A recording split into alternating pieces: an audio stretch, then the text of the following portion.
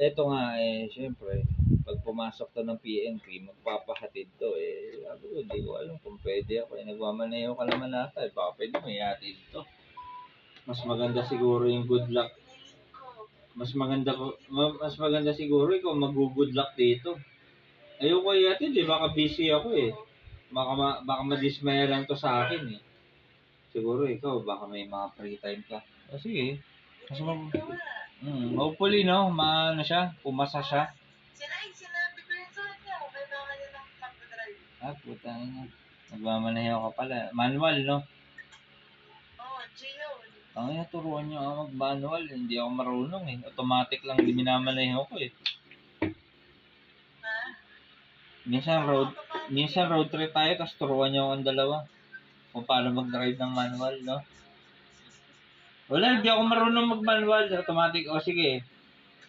Ayun nga, sabi niya, baka pwede mo ihatid pag sa training center. Sabi ko, hindi ko sure yan pa.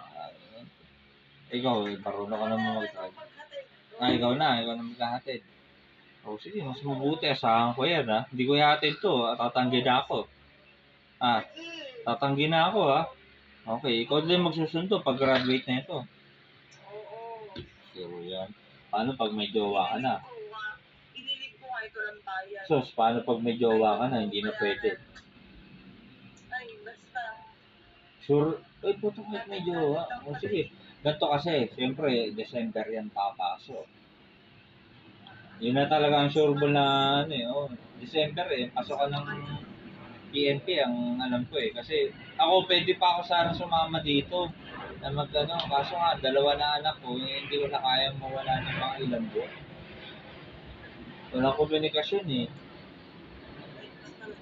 Wala na, hindi na ako pwede. Puta, may nagtatrabaho. May pabaro.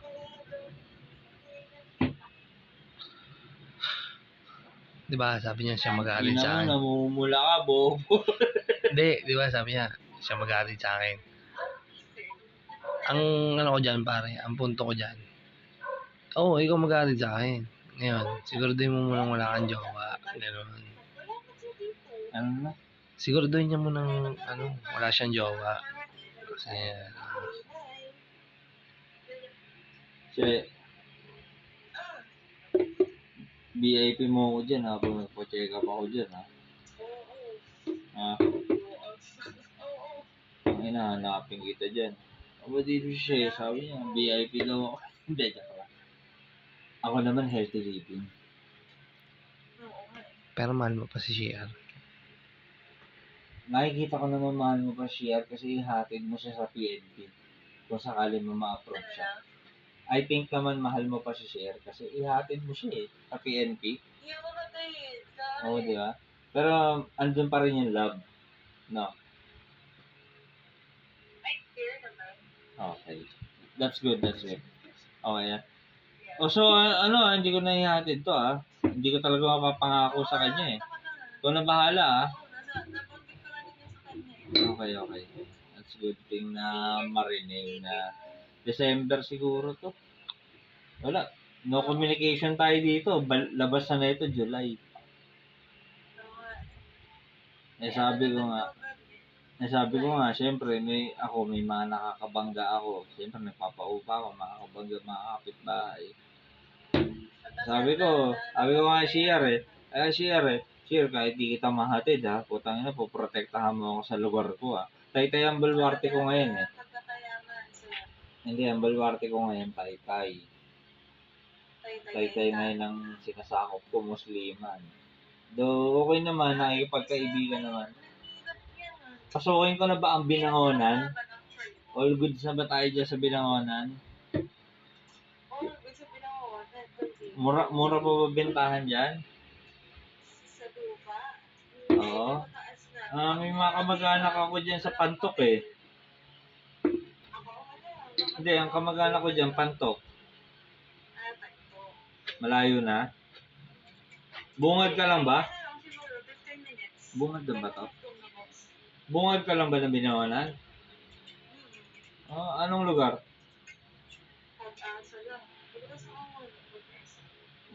Malayo ba ang Tayuman? Hindi. Kasunod ko ka.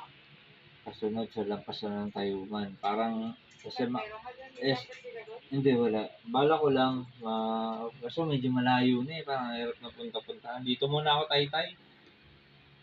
Stick muna ako sa Taytay siguro. O, ikaw na magkakatid ah. Hindi ko talaga makapangako to. Bala na kayo mag-usap pag malapit na. Hopefully may communication kayo tuloy-tuloy. Hoy, add mo na ako. Kaibigan kita. Lintik ka, inan pa rin po ako. Patingin, i-add mo ako ngayon. Oo. Titignan ko nga eh. Sige na. Nag-uwan na ko. Oo nga eh, sige na.